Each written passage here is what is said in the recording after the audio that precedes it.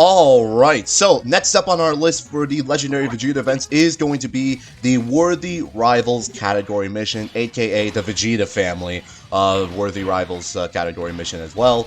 But, see, the tricky part with this one, now this one actually took me a couple more runs than I actually thought it was going to take. I had a little bit of difficulty with this one, simply because there aren't many hardcore defensive units for the Vegeta family. Now, again, you don't have to run Vegeta family, even though this category is heavily Vegeta family dominant. There are other ways you could probably go about it. I did choose Vegeta family since most likely a lot of other people are probably going to run Vegeta family for this category anyway, which is perfectly fine. Now, what I did here is I brought, the team consists of, obviously, all Vegetas. We have, as you can see on screen, we have the Super Saiyan 2 that transforms into Majin Vegeta.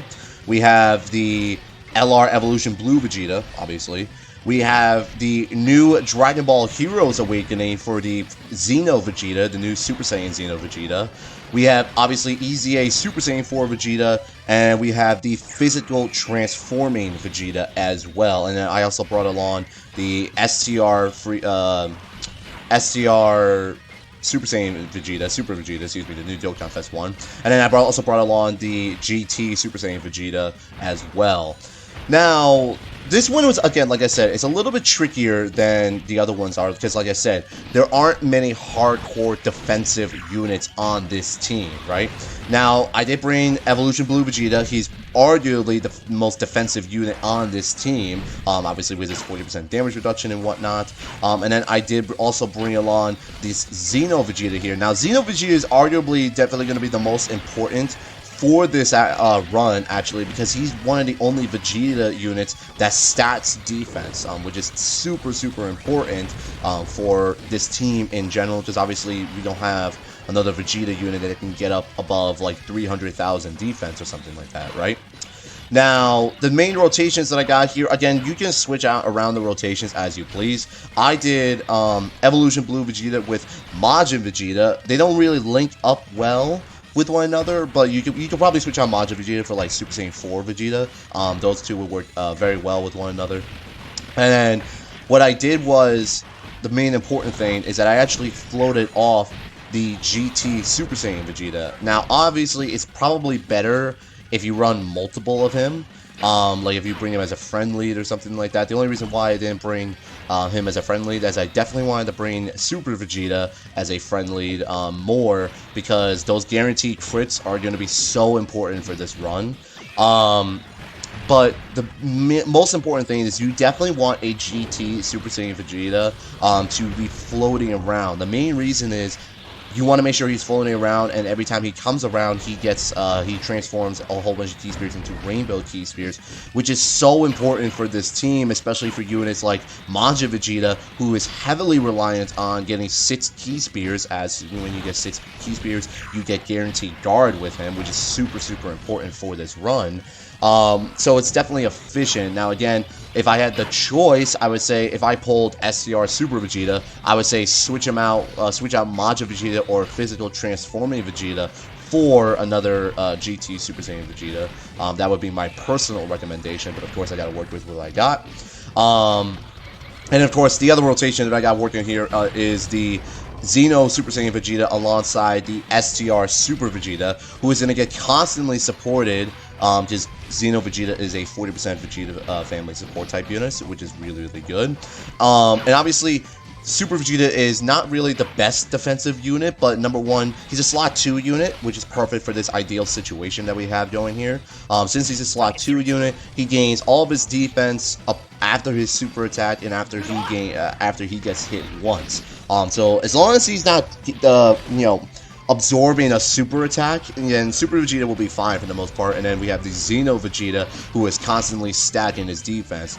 Now, unfortunately for me, I only had the one copy of Xeno Super Saiyan Vegeta, and it really sucks because we won't get any additional super attacks unless I don't know if I threw in an additional equipment on him.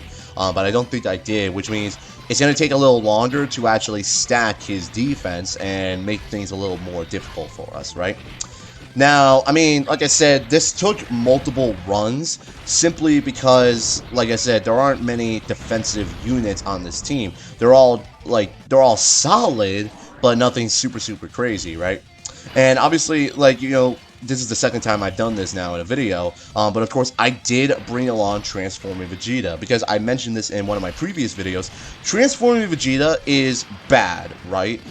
Up until he transforms into Blue Vegeta, and then once you actually transform into Blue Vegeta, he's actually low-key pretty good.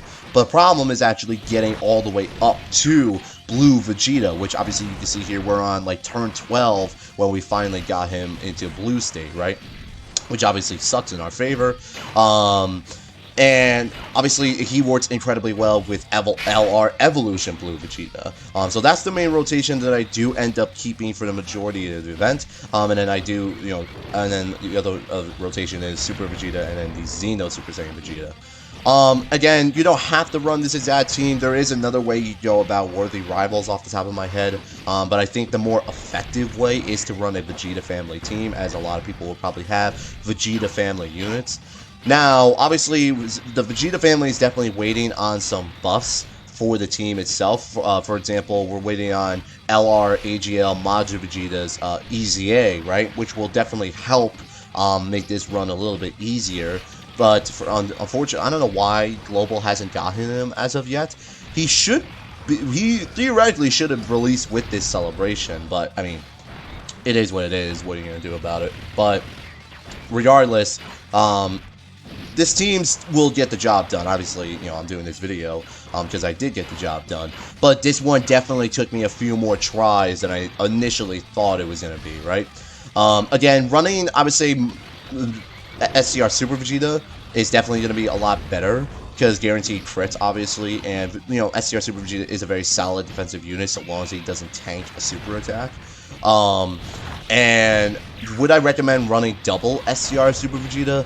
Maybe. It's definitely debatable.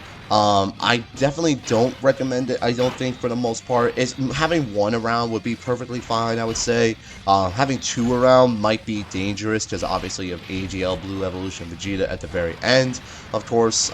It's just like, it's all up in the air, really. Again, this one is definitely a little bit more difficult than some of the other ones were, in my personal opinion. You have to have a very specific setup for this category compared to a lot of the other ones where you could run multiple different variants of teams and still complete the event just fine. Worthy Rivals is realistically just, you know, the Vegeta family, but you have to run like the best of the best with the Vegeta family team, right? So, yeah, I mean, we're doing just fine here, as you can see. Obviously, we have the AGL Blue Evolution Vegeta right here. He's going to super attack us, and obviously, thankfully, we did stack up the Xeno Vegeta the defense all the way up, so therefore, he's tanking a full-blown super attack. Did I actually use an item? I think I did, but it's fine. Because, like, you're only going for the completion of this event. If you're going for a no-item run, that'd be a completely different story. But I think for most people, you're only going for the whatchamacallit, and, you know, the actual completion of the event itself. Majin Vegeta is actually going to be very, very good for this part right here. Just giving him 3 type orbs actually gives him super effective against all types, but obviously being a tech type unit, you do have the obvious advantage against AGL Blue Evolution Vegeta. And then the trick, like I said in previous videos, the key to beating Blue Evolution Vegeta is killing him as fast as humanly possible. That's kind of the main thing. You want to save all your active skills, your ultra super attacks or whatever, everything humanly possible for this, for this final stage right here. Because Vegeta is a tanky boy, which is why, of course, you want to make sure that you try and shred him as fast as humanly possible, and therefore avoid getting super attacked and, you know, possibly ending your run because he lowers his lowers your defense upon a super attack, right?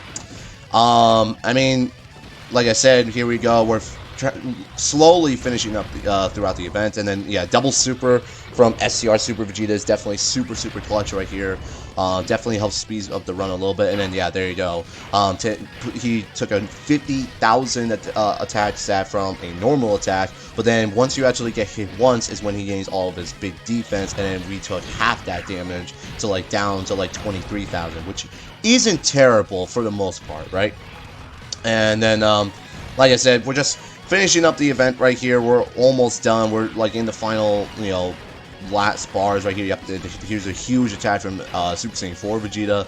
And then I believe this is the last turn. Yeah, I use up all my items right here. I do save pretty much all my items for this final stage. Because obviously, like I said, this is the most dangerous part of the entire event. So you want to use all your items, your active skills, everything as much as humanly possible for this final one. We do actually end up getting a Dokkan attack. If you have been paying attention to all my previous videos, I actually mess up every single one of the Dokkan attacks because I suck at this game. But anyways, that's it. That's the Worthy Rivals 8/the Vegeta family category mission completed.